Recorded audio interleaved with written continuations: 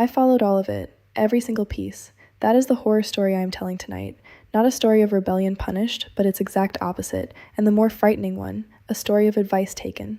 I was 19, then 20, a new wife drowning in a new house, and the women of my world gathered around my first year the way people gather around a fire, aunts, neighbors, my mother by telephone, my mother-in-law's whole circle, and they advised me, constantly, warmly, out of real love and real experience. And I, being the best student my world ever produced, wrote it all down in the archive behind my eyes and did it, all of it, for years.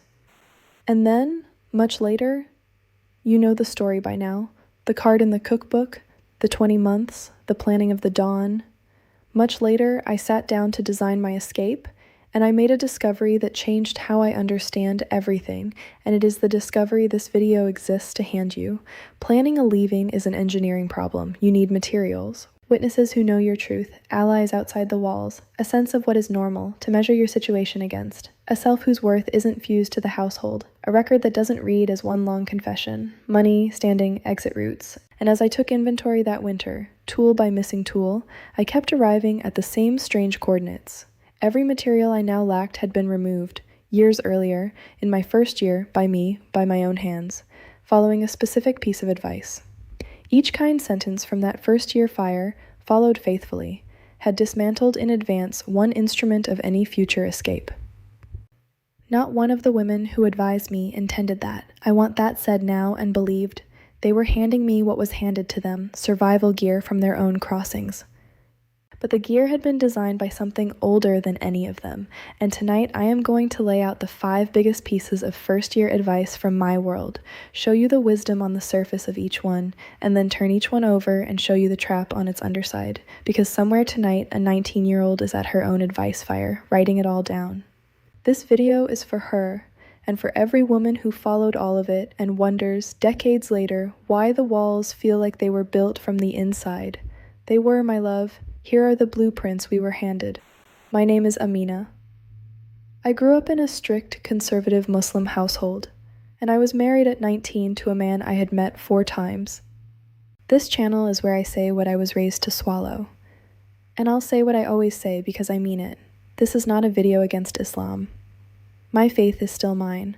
I pray 5 times a day on a rug I chose myself. Nothing I am decoding tonight is religion. My faith's actual marriage counsel, mercy between spouses, her rights held equal to her duties, consultation, kindness held up as the measure of the best of men, appears nowhere in the advice I received. What I received was the culture's operating manual, delivered in the faith's warm voice, and by now you know this channel's oldest sentence: the house is not the faith.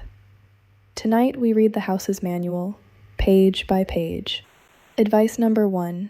What happens in your house stays in your house. Don't run to your mother with every problem. I received this within the first month, from my aunt, from Bushra's sister, and finally, on the telephone, from my own mother, which is the version that sealed it. Don't bring me your small troubles, Amina. A wife who complains trains her family to disrespect her husband. And hear the surface wisdom because it is real. Discretion protects a young marriage. A couple needs a wall around them to become a couple. A family fed on complaints will hold grudges long after the couple has reconciled. Reasonable, adult. I complied completely. For 8 years, no one outside those walls received one true report from inside them. Now turn it over. What did my compliance build? It built the sealed room. When things darkened, the cold seasons, the audits, the disappearance you have watched across 24 videos, there existed no external record of any of it. No witness who had watched the pattern form.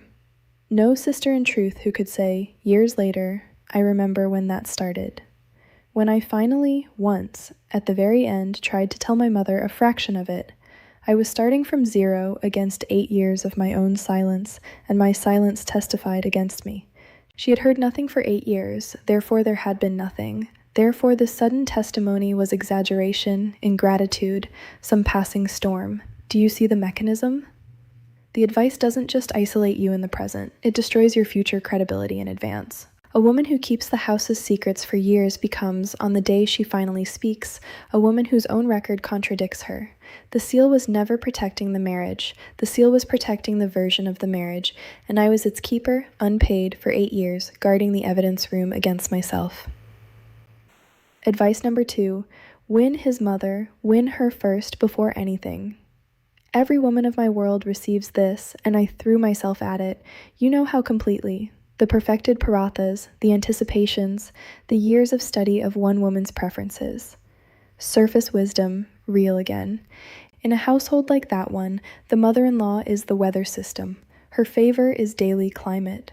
A bride at war with her is a bride living in winter. Winning her is, genuinely, the difference between a livable year and an unlivable one. I won her as much as she was winnable, and it made my days materially softer, and I would probably, God help me, give a young bride in that world some version of the same counsel today. Now the underside, which took me until the escape planning winter to see. Every unit of standing I earned in that house was denominated in that house's currency, and that currency is non-transferable. The years of investment in Bushra's favor, the reputation built paratha by paratha, the entire savings account of my adult identity was held in a bank that only operates inside those walls. Which means leaving wasn't just leaving a marriage. It was walking away from every asset I had spent my 20s accumulating, becoming in one dawn a woman of no account, literally. My account did not exist outside. The advice takes a bride's best years of effort and converts them, deliberately or not, into sunk capital. And sunk capital is the deepest moat any prison ever dug, because the prisoner guards it herself. Half the women who cannot leave that world cannot leave because they are rich there and would be poor here. Rich in a currency they were advised at 19 to spend their whole selves earning. That turns to paper at the property line. Before advice number 3, I need to say one thing. What I share on this channel is real, but it is the surface. There are things I have never been able to say on YouTube, the parts they would take this channel down for, the parts that need a closed door. So I wrote them down, all of it, the whole record, in a book I called The Silence They Called Modesty. 10 chapters, 10 objects I can still see when I close my eyes.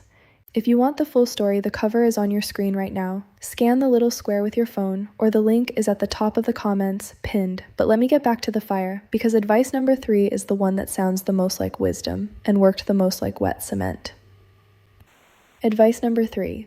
The first year sets the pattern. Whatever you establish now, you will live with forever, so give your best from the start. My mother's own coaching echoed everywhere. Serve beautifully now, anticipate now, set the standard high now, because first impressions in a household are permanent. Surface wisdom, obvious. Begin as you mean to go on. Accept, turn it over, look at what the doctrine actually does when only one party receives it. I set my standard in year 1 at the level of a terrified 19-year-old sprinting for approval. Dawn service, flawless kitchen, total anticipation, the works. And the advice was correct about one thing. It was permanent. That sprint became my baseline, not my best, my normal. The floor beneath which any performance registered as decline. Are you unwell, Amina? You seem not yourself, myself, being the sprint. For 8 years I was audited against the personal best of my most frightened year. Meanwhile, here is the asymmetry that unmasks the whole doctrine.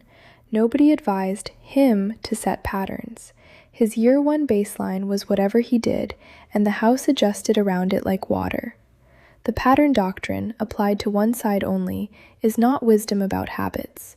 It is a ratchet. It takes a bride's opening desperation and locks it in as her permanent contract, then calls every future breath she takes at a human pace a breach. When women my age say, I can't slow down now, they'd think something was wrong. That is the first year advice, still collecting, 30 years later. We were told we were making good impressions. We were writing terms of service, unrepresented at 19, in permanent ink. Advice number 4, be patient, it becomes sweet. Every marriage is bitter at first. The women who endured are the ones who found the sweetness. The time deposit advice. My mother's it becomes happiness, you make it become, you know that sentence. It has its own place in my book. Surface wisdom, and I will honor it fully. Adjustment is real. 2 strangers do need years. Some real marriages do sweeten. Patience is not a scam in itself. In a good faith house, patience is simply what love does while it works. But turn it over and look at the payment structure. Patience, as advised to us, was a deposit. Endure now, collect later. And a deposit creates the oldest trap in finance, the sunk cost. By year 3, leaving didn't just mean facing the future, it meant writing off the past, declaring 3 years of endurance worthless, wasted, paid into nothing. So you stay for year 4, partly to protect the investment of 3. By year 6, the deposit is 6 years deep, and the arithmetic is worse. Every endured year becomes a reason to endure the next. You've come this far, don't lose it all now. The marriage as a machine you keep feeding because you fed it so much.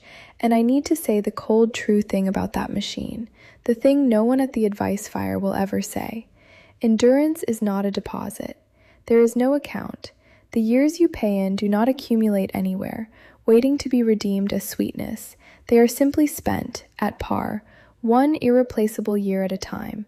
And the woman who leaves at year 8 has not wasted 8 years of patience, any more than a prisoner released has wasted a sentence. The patient's advice converts time itself into a jailer. It was the strongest wall I met in my planning winter, not any fear of the future, but the roar of the past demanding I stay to justify it. I climbed that wall by rewriting one sentence, and I hand it to every deposit holder watching. The years are not an investment you'll lose by leaving. They are the price you already paid for the knowledge that lets you go. Paid in full, nothing further owed. If you are counting your own deposits right now, subscribe to this channel and press the bell. And send this video to the woman who says, after everything I've put into this marriage, she is standing on the wall. This might be a rope. And advice number 5, the master one, the one that contains the others. Don't compare. Every house is different. What works for others is not your business. Keep your eyes on your own home. Delivered whenever a new wife's gaze lingered on another couple, whenever a question began, but Samira's husband lets her. Surface wisdom. Comparison breeds envy. Every marriage is genuinely its own country. The neighbor's window is a poor map of the neighbor's house. Fine, true. Now the underside, and this one is structural. A woman forbidden to compare is a woman with no instruments. Calibration, the whole human method of knowing whether your situation is normal, runs on comparison. How does anyone know if their pay is fair, their doctor is good, their treatment is acceptable? They compare. Remove comparison, and a wife has no way to locate her marriage on any map. Is the coldness normal? Is the permission system standard? Does every husband's silence last 3 days? She cannot know. Every data point she reaches for is confiscated at the border by don't compare, every house is different. And into that manufactured blindness, the system pours its own calibration, the only one permitted. Gratitude comparisons, downward only. Look at Fatima's husband, he shouts. Look at poor Nadia. You don't know how lucky you are. Do you see it? Comparison wasn't actually forbidden. Upward comparison was forbidden. Downward comparison was mandatory. The instruments weren't removed. They were rigged, fixed to read lucky at every temperature. And a woman whose gauges all read lucky will sit in freezing water for decades, apologizing for shivering. Half of what this channel does, I understood this only recently, half of what these videos are, is unrigging the gauges. 25 videos of a former wife saying out loud, here is what that temperature actually was. The comment sections fill with the same sentence in 40 spellings. I thought it was only my house. That sentence is the advice working exactly as designed, and its breaking is the sound this channel makes. And I have to log my own entry in this ledger, because the chain does not excuse its links, and I have never been one to excuse mine. You know, I confessed it in the flagship video, that I gave the advice to. At gatherings, in kitchens to flickering-eyed brides, I perform the testimony, be patient, it becomes sweet, win his mother, keep your home's matters home.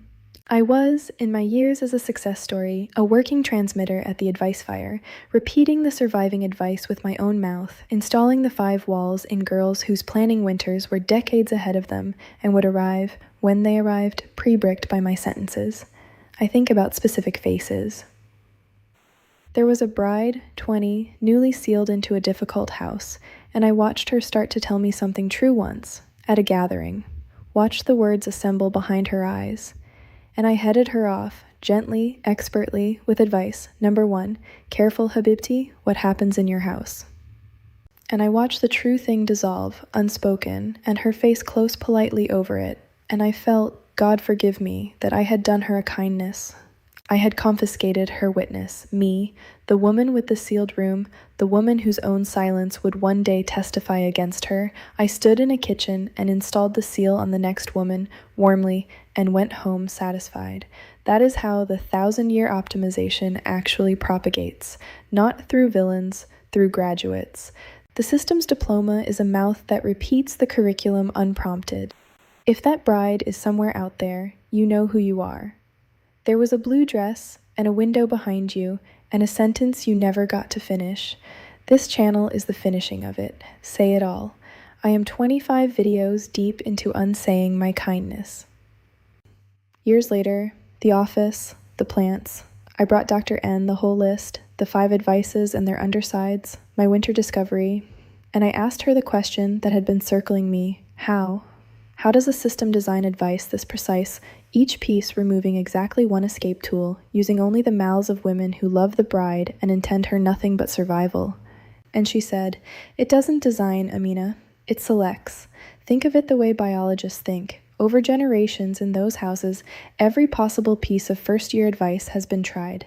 The advice that produced wives who could leave, keep your own counsel with an outside friend, keep your standards sustainable, watch other marriages closely, count your years honestly, that advice died out because the systems it was spoken in lost their wives, and frightened systems stop repeating what loses them their wives.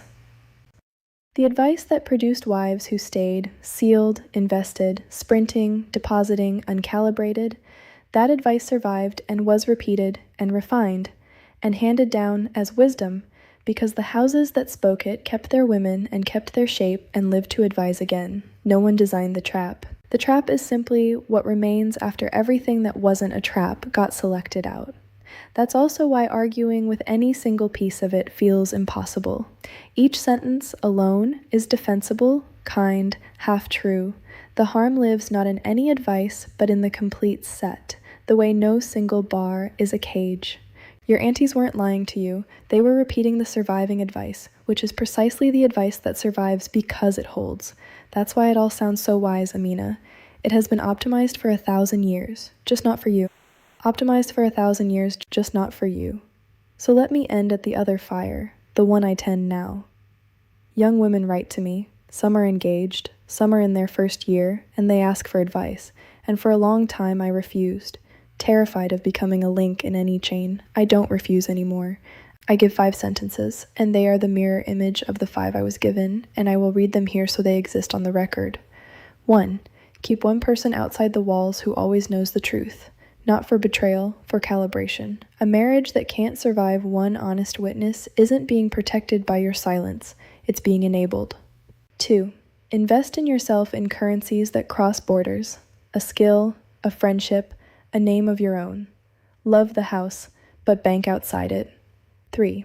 Set your year 1 standard at a pace you could keep for 30 years, because you might have to. 4. Patience is beautiful, and it is not a deposit. Count your years honestly, spend them on purpose, and never stay anywhere solely to justify having stayed. And 5. Compare. Watch every marriage you can see, upward especially, not to envy, to calibrate, because you cannot know what you're living until you know what living is. 5 sentences. Everything my fire never gave me. I have watched what they do, these 5, the letters that come back a year later, 2 years later, from brides who kept a witness, banked outside, paced their sprint, and the reports are not dramatic, and that is exactly the point. Ordinary marriages, breathing normally, with instruments that read true. Good advice doesn't make stories, it makes room. Take them, brides, and take this last one, from the far side of everything, the only advice with no underside at all. The women who advise you love you, and love is not the same as a map. Accept every kindness, verify every direction. And keep the pen, you know by now, keep the pen where the real things are kept. And if today's story reached you, the whole record is in my book, The Silence They Called Modesty. The parts I cannot say here, the parts that needed a closed door. The link is pinned at the top of the comments, and the code is on your screen. It found me when I needed it. Maybe it finds you the same way. If you've stayed with me to the end, thank you. Subscribe if you haven't, tap the bell. There is so much more to say, and I'm not stopping. My name is Amina. They taught me that my silence was my worship. Nobody told me what it was costing. Now I know. And now, so do you.